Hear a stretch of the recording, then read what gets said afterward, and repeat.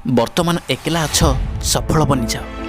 କାରଣ ଯଦି ବାହାଘର ପରେ ସଫଳତା ପାଇଲ ପୁଣି ଲୋକେ କହିବେ ନାରୀ ପାଇଁ ସଫଳତା ପାଇଗଲା। ନିଜକୁ ବଦଳାଇବାର ଅଛି, ଦୁନିଆକୁ ନୁହେଁ। ସେଥିପାଇଁ ନିଜ ସହ ଲଢ଼, ଦୁନିଆ ସହ ନୁହେଁ। ଭୋକ ବି ଲାଗିବ ଆଉ ଶୋଷ ବି ହେବ, କିନ୍ତୁ ରହିବାର ନାହିଁ କି ଅଟକିବାର ନାହିଁ। ବାସ୍ ଜିଦ୍ ଧରିକି ରହିବାର ଅଛି। ଯେତେବେଳେ ସମସ୍ତେ କଷ୍ଟମୟ ସମୟକୁ ସାମ୍ନା କରିପାରୁଛନ୍ତି ତ ତୁମେ କାହିଁକି ନୁହେଁ?